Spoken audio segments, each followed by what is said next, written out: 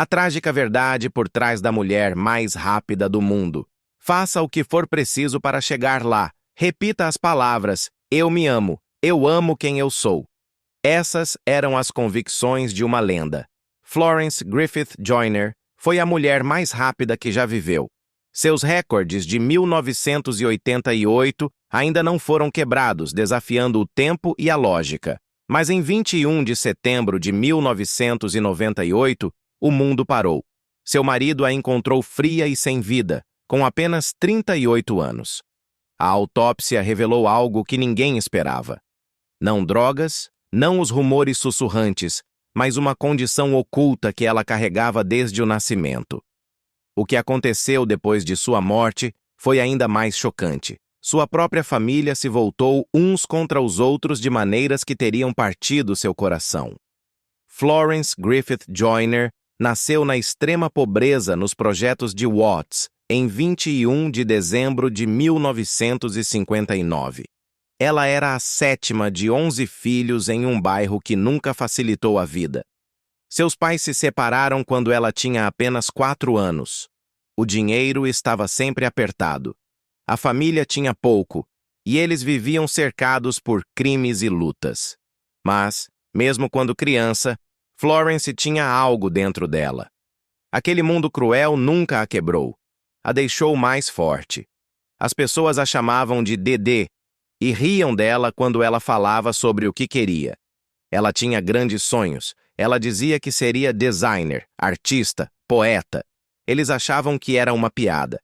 Toda vez que ela falava, alguém dizia para ela ser mais realista. As provocações eram constantes e penetravam fundo, fazendo-a esconder seus sonhos por anos. Mas aquele fogo nunca a deixou. Cada insulto a impulsionava a trabalhar mais duro, mesmo que eles não pudessem ver. Seu pai, Robert, não queria que seus filhos soassem como todo mundo. Ele lhes dizia para falar corretamente, não como se fossem de Watts. Era a maneira dele de protegê-los, garantindo que ninguém os menosprezasse. Mas fora de sua porta, o efeito foi o oposto. As crianças provocavam Florence por agir de forma diferente. Mesmo em casa, ela nunca se encaixou totalmente, sentindo-se presa entre dois mundos. Mas isso também lhe deu um senso de disciplina, moldando quem ela se tornaria. Correr foi a primeira coisa que pareceu fácil. Aos 7 anos, Florence já estava correndo e ganhando. Sua velocidade era real e as pessoas notaram, mas o dinheiro era escasso. Então, aos 19 anos, ela parou de treinar. As contas precisavam ser pagas e ela foi trabalhar como caixa de banco. Foi uma escolha difícil. Seu talento era claro, mas manter sua família à tona importava mais. Então, um dia, o treinador Bob Kersee entrou naquele banco. Ele havia treinado alguns dos melhores corredores do mundo. Quando ele reconheceu Florence, ele lhe ofereceu uma maneira de voltar ao esporte. Graças a ele, ela foi para a UCLA e começou a treinar seriamente novamente. Essa chance mudou tudo, colocando-a no caminho para se tornar a mulher mais rápida da história. Ainda assim, não foi um caminho fácil. Mesmo como atleta universitária em Cal State Northridge, ela lutou com a parte mais básica do sprint, sua saída. Por mais que tentasse, ela não conseguia dominar os primeiros passos do bloco. Isso a frustrava. Alguns treinadores duvidavam que ela um dia se tornaria uma velocista de ponta. Florence chorava depois do treino, perguntando-se se estava perseguindo um sonho que não lhe cabia. Mas ela continuou. Em 1980, ela conquistou um lugar nas seletivas olímpicas do ZEUA, correndo contra futuras campeãs como Alice Brown e Janet Baldwin. Ela estava tão perto de fazer parte da equipe, então, a política destruiu esse sonho. Os ZEUA decidiram boicotar as Olimpíadas de Moscou após a invasão soviética do Afeganistão. Florence ficou arrasada. Por mais rápido que tivesse corrido, ela nunca teria a chance de competir. Foi uma das perdas mais difíceis que ela já enfrentou. Quando o dinheiro acabou após seu primeiro ano em Northridge, ela deixou a escola. Ela voltou para o banco por meses. Essa era a vida dela. Parecia que o esporte estava escapando. Então, Bob Kersee interveio novamente. Ele lutou para conseguir ajuda financeira para ela e Florence foi para a UCLA. A mudança valeu a pena. Ela mudou seu foco para os 200 metros, onde poderia compensar suas largadas mais lentas. Ela treinava até tarde da noite. Cada revés se tornou combustível. Cada milha importava. Esse trabalho finalmente apareceu em 1982. Ela ganhou o título dos 200 metros da NCAA. Depois ela ganhou os 400 metros em 1983. Mas ela ainda estava insegura. A pressão permaneceu com ela. Mesmo quando ela subiu ao pódio com uma medalha de prata nas Olimpíadas de Los Angeles de 1984, parecia uma derrota. Chegar em segundo a deixou vazia. Alguns atletas teriam ficado satisfeitos. Florence não. Ela deixou o esporte por um tempo depois daqueles jogos, trabalhando em um banco novamente, sentindo o peso do que havia perdido. Esse poderia ter sido o fim. Mas o fogo dentro dela não se apagaria. Eram 19 horas em Eugene, Oregon, em 1980, quando Florence Griffith Joyner cruzou pela primeira vez com Al Joyner. Florence era uma elegante velocista da UCLA, e Al era uma estrela em ascensão de 20 anos. Quando ele a viu na mesa de inscrição, ele pensou que ela era uma treinadora a princípio. Eles trocaram nomes rapidamente, muito tímidos para dizer muito mais.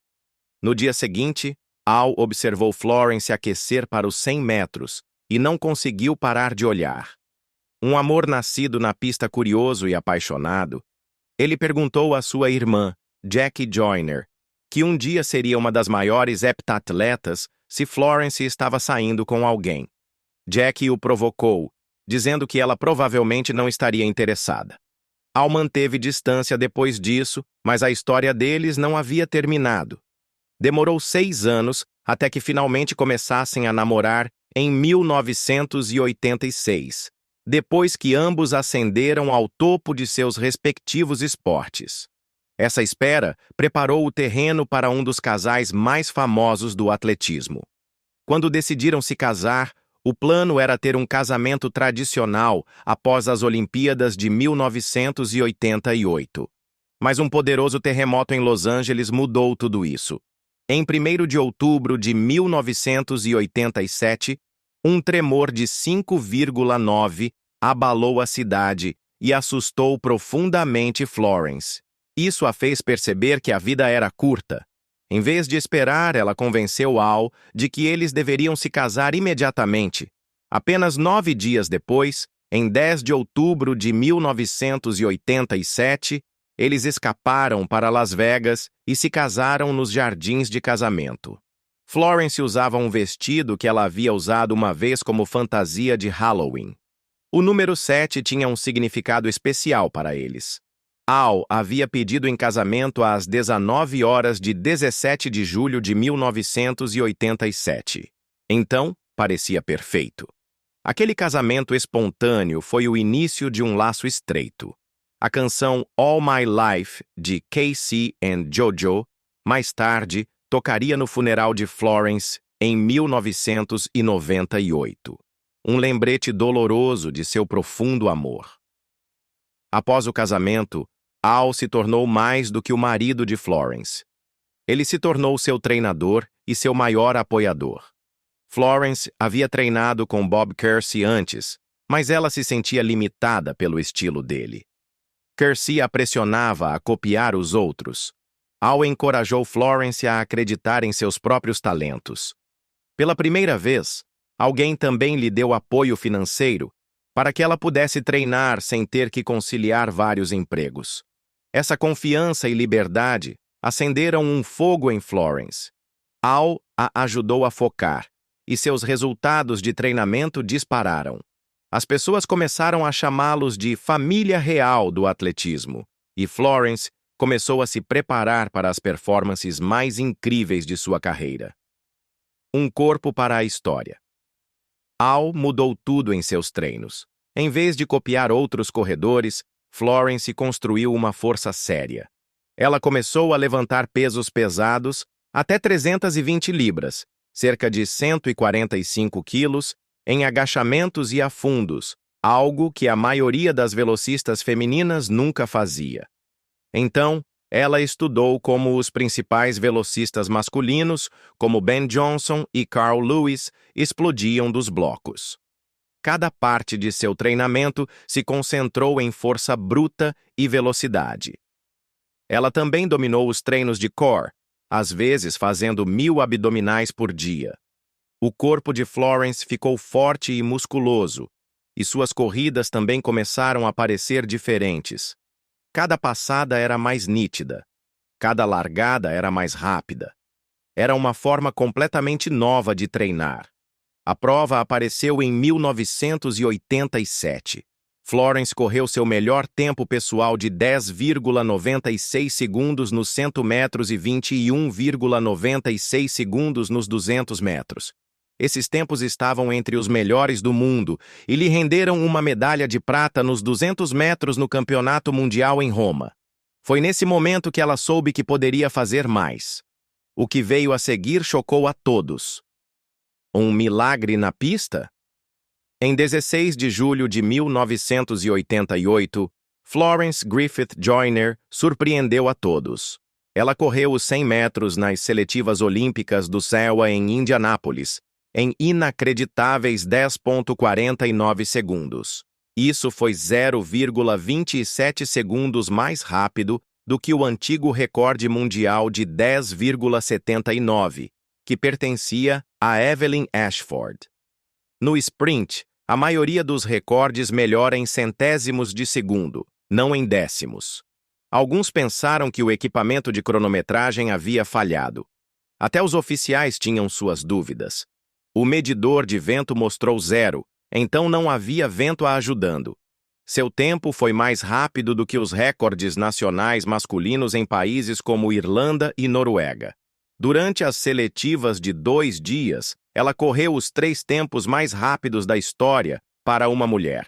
10,49 na quarta de final, 10,70 na semifinal e 10,61 na final. 36 anos depois, ninguém chegou perto. Elaine Thompson-Herah correu 10,54 em 2021, ainda 0,05 segundos mais lento. O recorde de FloJo continua sendo uma das conquistas mais incríveis e controversas no esporte. Um dobradinha de recordes mundiais que desafia a realidade. Se os 100 metros de Florence Griffith Joyner foram surpreendentes, seus 200 metros foram ainda mais irreais. Na semifinal, ela quebrou o recorde mundial com um tempo de 21,56 segundos. Menos de 2 horas depois, ela o fez novamente. Na final, ela correu uns inacreditáveis 21,34 segundos. Nenhuma outra mulher chegou a menos de 0,2 segundos dessa marca em quase 40 anos. Naquele dia, ela estava em uma liga própria. Seus segundos 100 metros na final foram estimados em 10,16 segundos, mais rápido do que o recorde mundial de 100 metros existente na época. Foi uma mistura perfeita de força bruta e forma suave. Mesmo a desafiante mais próxima, Gracie Jackson, da Jamaica, correu seu melhor tempo pessoal e ainda perdeu por 0,22 segundos, o que equivalia a quase 5 metros atrás. A data era 29 de setembro de 1988. Esse recorde ainda está de pé. Naquelas Olimpíadas, FloJo não apenas dominou uma corrida. Ela levou para casa 3 medalhas de ouro nos 100 metros, nos 200 metros e no revezamento 4 por 100 metros. Ela também adicionou uma medalha de prata no revezamento 4 por 400 metros. Nenhuma atleta feminina de pista havia ganhado tantas medalhas em uma única Olimpíada antes. No revezamento 4 por 100 metros, ela correu a terceira perna e entregou uma grande vantagem a Evelyn Ashford. Então, apenas 40 minutos depois, ela correu o 4 por 400, o mais rápido de qualquer participante na corrida. Isso foi o suficiente para ajudar os Estados Unidos a terminar em segundo lugar atrás da União Soviética. o topo do mundo e a sombra da suspeita. Suas 4 medalhas em Seul elevaram seu total olímpico para 5, incluindo a prata que ela ganhou nos 200 metros em Los Angeles em 1984. Isso a tornou uma estrela global. Ela foi homenageada com o Prêmio Sullivan e eleita para o Hall da Fama do Atletismo do ZIOU. Mas a súbita melhora em seus tempos gerou suspeitas. Alguns atletas não conseguiam acreditar no que estavam vendo. Ben Johnson, envolvido em um escândalo de doping, estava entre os críticos mais vocais. FloJo tinha 28 anos e havia melhorado seu melhor tempo pessoal nos 100 metros em mais de meio segundo em uma única temporada. Esse tipo de salto era inédito.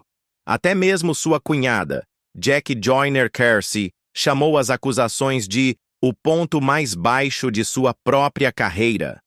A mídia continuou pressionando e as histórias ficaram mais selvagens. Daryl Robinson, um ex-atleta, até alegou que ela havia comprado o hormônio do crescimento dele. Ela o chamou de mentiroso e negou ter tomado drogas. Ainda assim, as perguntas a seguiram até a aposentadoria e após sua morte. O que muitas vezes é negligenciado é quão minuciosamente ela foi testada. Em Seul, ela foi testada mais do que a maioria. O chefe da comissão médica do COI, Príncipe Alexandre de Merodi, ordenou testes extras por causa dos rumores. Manfred Donicke, um importante especialista antidoping, manuseou pessoalmente suas amostras. Eles não encontraram nada. De Merodi foi claro. Todo teste foi negativo. Sebastian Coe, um campeão olímpico, mais tarde apontou que as pessoas podem fazer progressos que surpreendem a todos. Quebrar um recorde não significa trapacear. Sem um teste positivo, não havia nenhuma prova. Uma virada dramática, no auge da glória.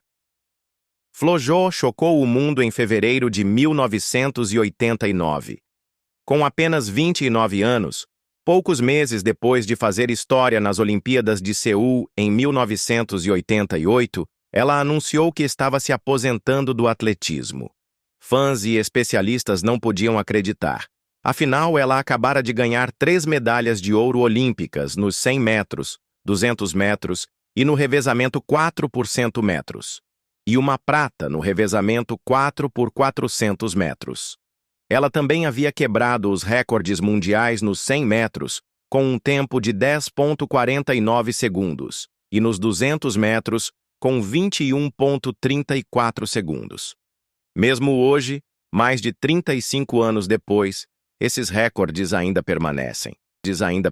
Sua decisão repentina deixou as pessoas se perguntando. Ela explicou que era porque novas oportunidades de negócios haviam surgido e que treinar no nível que ela estava acostumada seria impossível com todas essas distrações. Logo após Seul, ela foi inundada com acordos de patrocínio, incluindo grandes nomes no Japão, sua própria boneca de assinatura e até sua própria linha de roupas esportivas. Empresas estavam oferecendo a ela milhões. Mas também havia a questão do momento. Sua aposentadoria veio logo antes que testes antidoping mais rigorosos fossem introduzidos pela Federação Internacional de Atletismo, IAAF. Naquele mesmo ano, as incríveis melhorias de velocidade de FloJo e sua aparência musculosa já haviam causado sussurros sobre o uso de substâncias para melhorar o desempenho, embora ela nunca tenha falhado em um teste antidrogas. Afastar-se pouco antes do início dos testes aleatórios fora de competição levou alguns a se perguntar se evitar o escrutínio fazia parte do plano. Seu marido, Al Joyner, a defendeu ferozmente, insistindo que ela havia sido testada mais do que a maioria dos atletas e dizendo aos repórteres que eles poderiam testá-la todos os dias se quisessem. Mas as perguntas nunca desapareceram completamente. Uma nova vida. Um segredo oculto. Enquanto isso, FloJo continuou em frente. Depois de se aposentar, ela construiu uma nova carreira fora das pistas. Em 1989, ela desenhou os uniformes do Indiana Pacers para a temporada 1990, colocando seu estilo ousado em seu novo visual. Grandes empresas como Mizuno, AGA, Proxy Shoes e LJN Toys a pagaram generosamente para colocar seu rosto ou nome em seus produtos. Uma boneca FloJo foi criada para rivalizar com a Barbie em um momento em que o mercado de bonecas estava em alta. Ela também escreveu livros infantis, romances e apareceu em programas de TV populares como 227 e Santa Bárbara. No ano seguinte, a Seul, ela estava ganhando cerca de 4 milhões de dólares. Seu impacto não parou nos negócios. De 1993 a 1998, ela atuou como co-presidente do Conselho Presidencial de Aptidão Física e Esportes sob o presidente Bill Clinton.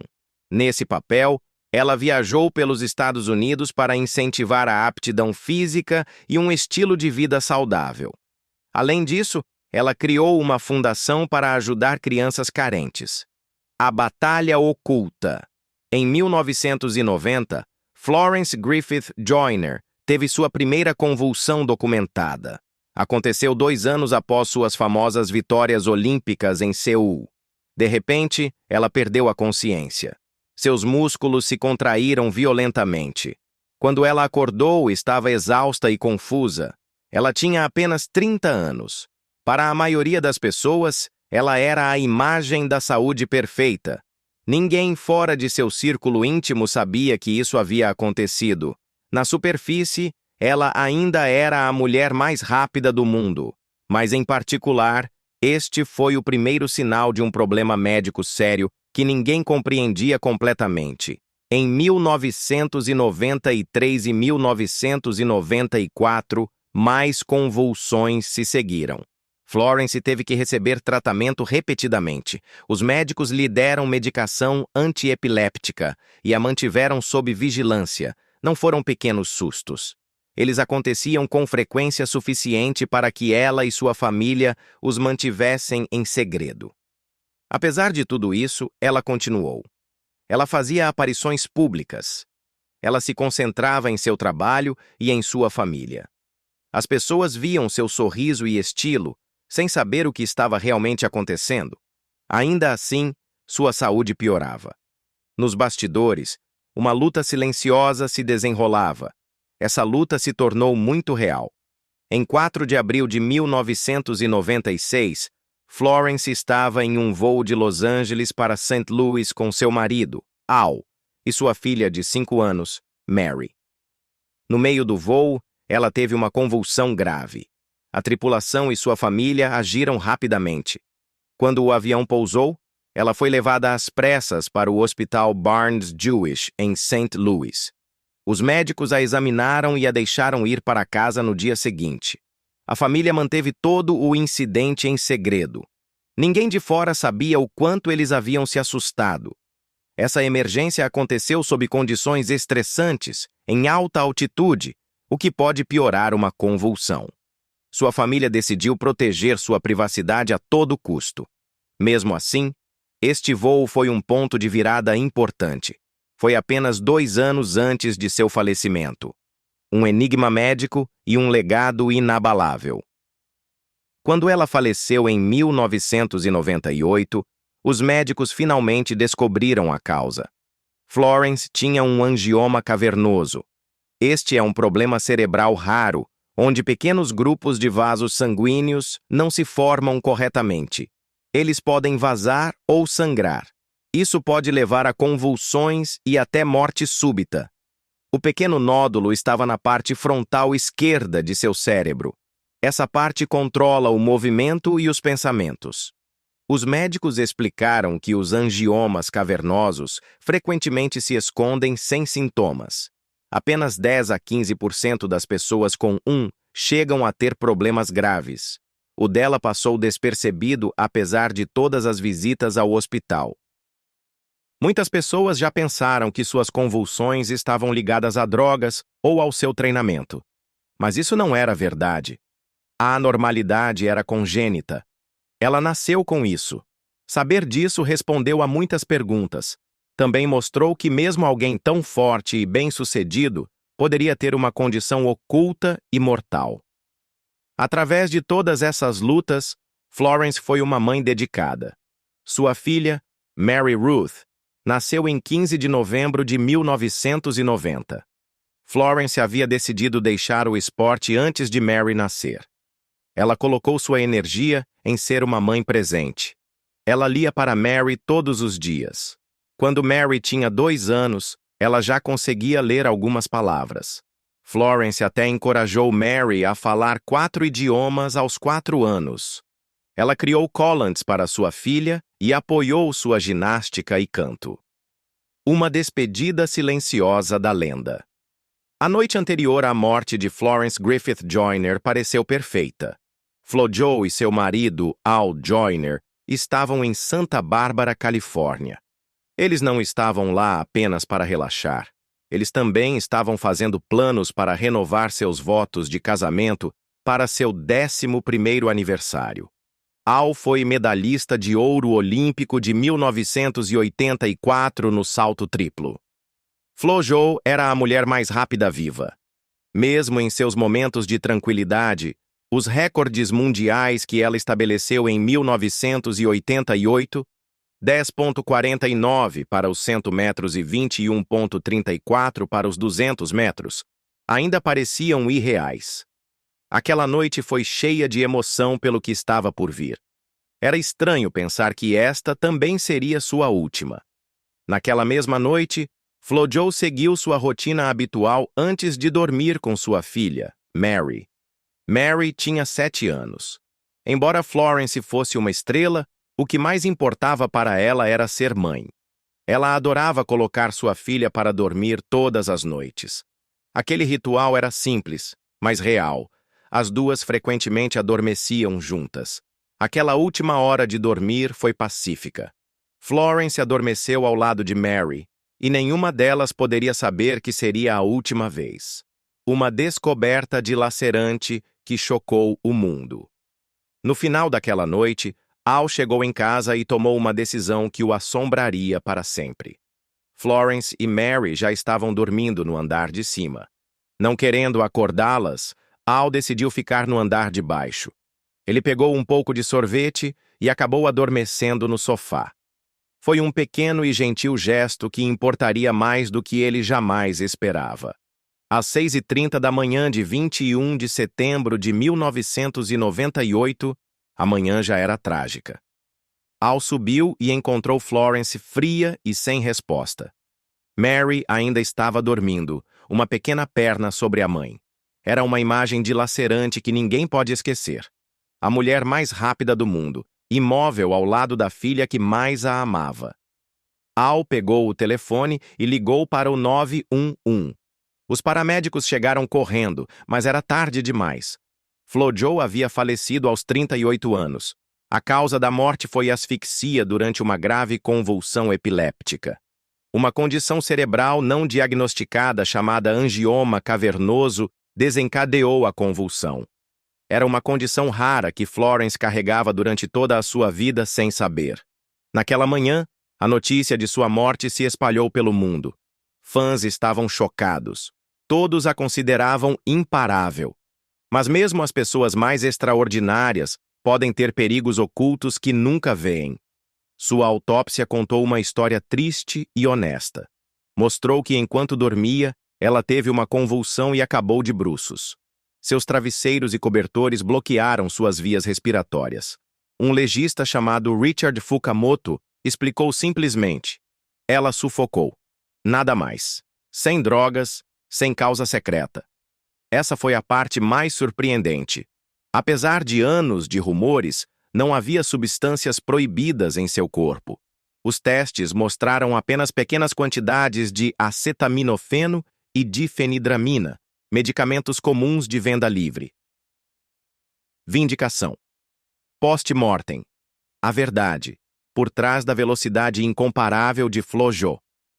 Por tanto tempo as pessoas duvidaram dela. Eles pensavam que sua velocidade devia vir de esteroides ou outros aprimoradores de desempenho, mas seus recordes eram reais e seu talento era próprio. Houve algumas descobertas incomuns, um coração aumentado e outros sinais que podem ocorrer em atletas ou pessoas sob estresse extremo. Alguns argumentaram que isso poderia apontar para o uso de drogas, mas o legista foi claro: não havia prova.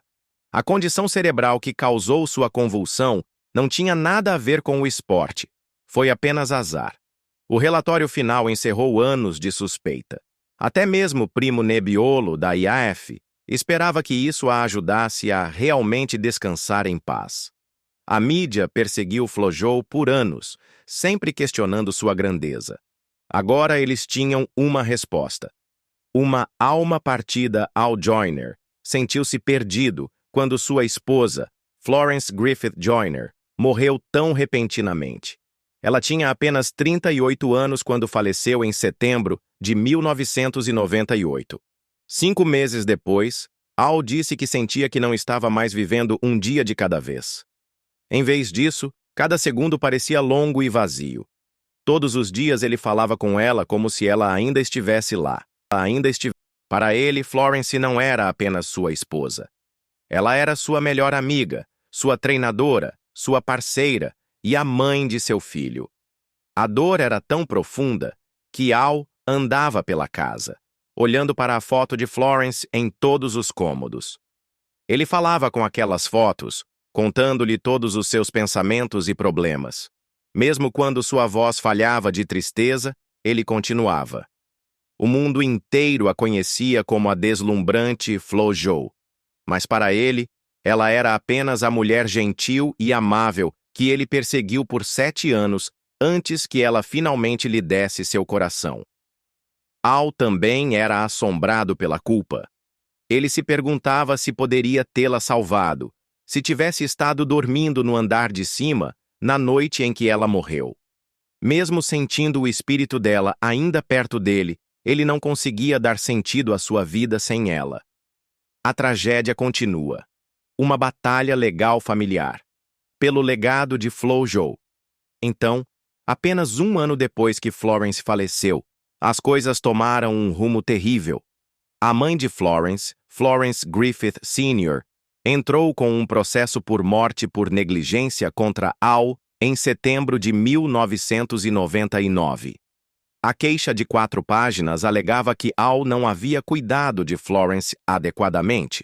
Chegava a acusá-lo de toque prejudicial ou ofensivo, embora não houvesse prova.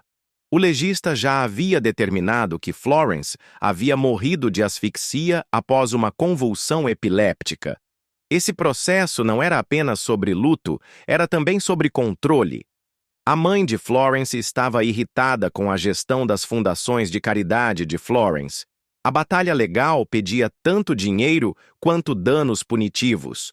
Isso chocou muitos que um dia admiraram o forte vínculo entre Florence e Al. Essa não foi a única briga. A morte de Florence havia desencadeado ainda mais batalhas legais dentro da família. Al queria que sua sogra saísse do condomínio de Rancho Santa Margarita que ele possuía, onde ela morava há 8 anos. A mãe de Florence revidou, dizendo que sua filha havia prometido que ela poderia ficar lá para sempre. Florence Sr. disse ao tribunal que FloJo uma vez a havia assegurado: "Mamãe, esta é sua casa agora. Você nunca mais terá que se preocupar com nada." Al negou que isso tivesse acontecido. Ele explicou que seu plano era apenas garantir que a filha deles, Mary Ruth, tivesse um futuro estável. Problemas financeiros só pioraram as coisas. Al também enfrentava dívidas sérias. Registros públicos mostraram que ele devia mais de $40 mil a um banco e mais de $12 mil em contas de funeral. As lutas nos tribunais e as acusações públicas partiram os corações de amigos e fãs. A amarga disputa pelas fundações e a fortuna. A família também foi dilacerada pelo legado de Florence. Al havia criado a FloJo Memorial Community Empowerment Foundation para homenagear a memória de sua esposa. Mas a mãe e a irmã de Florence já tinham a Florence Griffith Joyner Youth Foundation, que funcionava há 5 anos. Ambas as instituições de caridade queriam apoiar jovens atletas e crianças carentes. Isso levou a mais brigas. Acusações voaram de um lado para o outro, de que um lado estava minando o outro.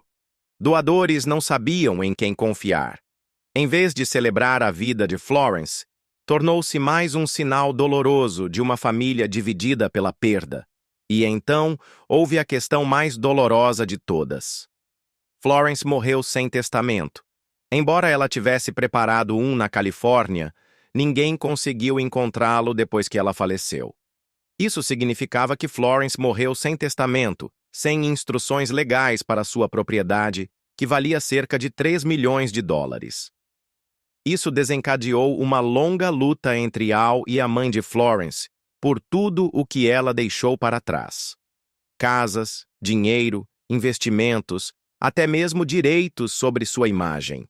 As discussões foram tão amargas que um juiz teve que colocar um terceiro responsável pela propriedade, porque nenhuma das partes conseguia concordar.